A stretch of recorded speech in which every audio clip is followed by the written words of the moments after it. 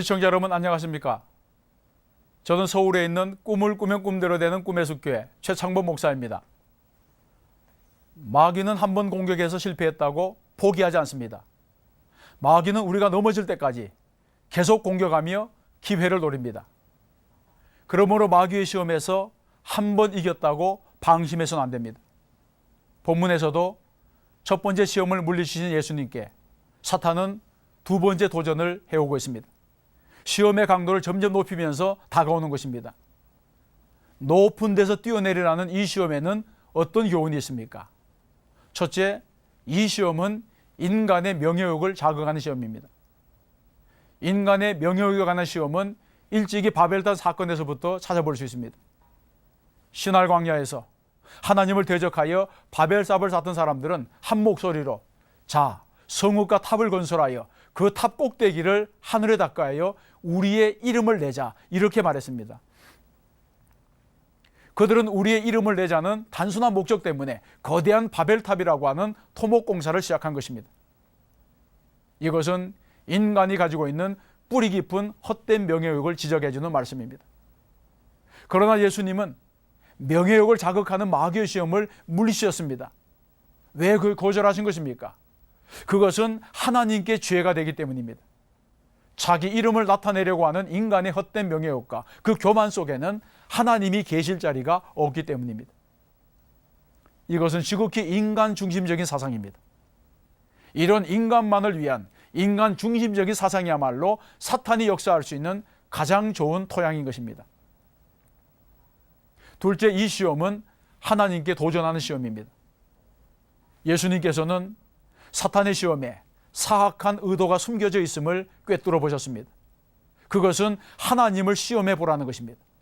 마귀가 예수님과 함께 섰던 성전 꼭대기는 예루살렘 성에서 가장 높은 곳인 성전 동쪽 날개 끝부분인 것으로 알려져 있습니다. 마귀는 그것으로 예수님을 데리고 와서 뛰어내리라고 했습니다. 내가 정말 하나님의 아들이라면 천사들을 보내어 주시지 않겠느냐.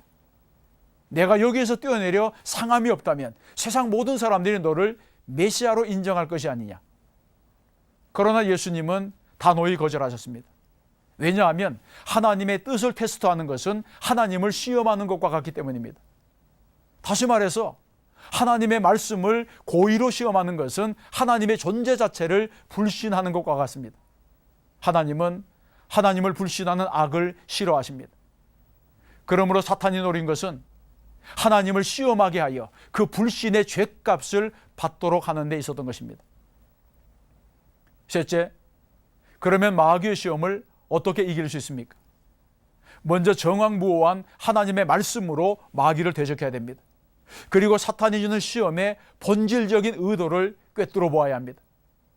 우리는 사탄이 주는 시험 앞에 노출될 때에 다음 네 가지 분별력을 가지고 사탄의 의도를 분별해야 됩니다. 이것이 내 심령을 위하여 유익한 것이냐, 해로운 것이냐를 분별해야 됩니다.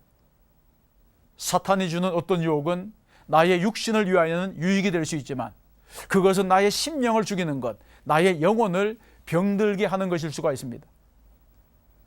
또 이것이 하나님의 뜻을 이루는 것인지 인간의 뜻을 쫓는 것인지를 분별해야 됩니다. 그리고 이것이 모두에게 유익한 것인지 나에게만 유익한 것인지를 분별해야 됩니다. 사탄은 언제나 인간이 가지고 있는 이기적인 탐욕을 자극합니다. 인간은 모든 것을 자기 중심적으로 생각하고 이것이 나에게 얼마나 유익한지만을 따지게 됩니다. 그리고 이것이 양심에 허락하는 것이냐, 양심에 거리끼는 것이냐를 분별해야 됩니다. 아무리 타락한 인간이라도 양심은 남아 있습니다. 양심은 인간에게 남아있는 최후의 가능성입니다. 그러므로 그리스도인은 선한 양심을 가져야 됩니다.